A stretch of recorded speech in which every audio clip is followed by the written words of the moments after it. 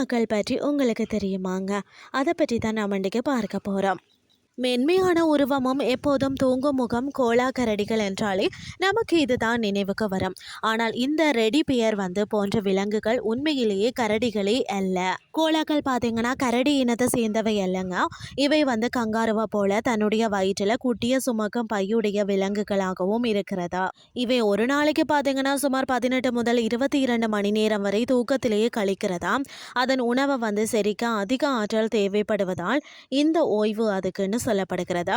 அது மட்டும் இல்லாமல் பார்த்தீங்கன்னா கோலாக்களின் கைரேகைகள் அச்சு அசலாக மனித கைரேகையை போலவே இருக்கும்.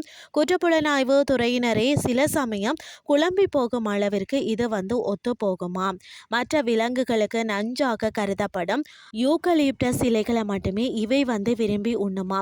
கோலா என்ற சொல்லுக்கு ஆஸ்திரேலிய பழங்குடி மொழியில தண்ணீர் குடிக்காதது என்று பொருள். இலைகளில் உள்ள ஈரப்பதமே இவற்றுக்கு போதுமானதா. பிறக்கும் போது ஒரு கோலா குட்டி ஒரு ஜெல்லி மிட்டாய் அளவில் தான் இருக்குமா. கண்கள் காதுகள் கூட அப்போது அதற்கு தெரியாதாம். அது மட்டும் இல்லாமல் மற்ற பையுடைய விலங்குகளை போல் இல்லாமல் பார்த்தீங்கன்னா கோலாக்களின் உடல் பை கீழ் நோக்கி திறக்கும்படி அமைந்திருக்குமா. எப்போதுமே யூக்கலிப்டஸ் இலைகளை சாப்பிடுவதால் கோலாக்களின் உடல்ல இருந்து எப்போதுமே மூலிகை தைல வாசனை வீசிக்கொண்டே இருக்குமா. அது மட்டும் இல்லாமல் பார்க்கறதுக்கு அமைதியாக இருந்தாலும் இவை கோவப்படும் போது அல்லது துணையை அழைக்கும் போதும் எழுப்பக்கூடிய சத்தம் மிகவும் பயங்கரமான ஒரு கரகரவென இருக்குமா.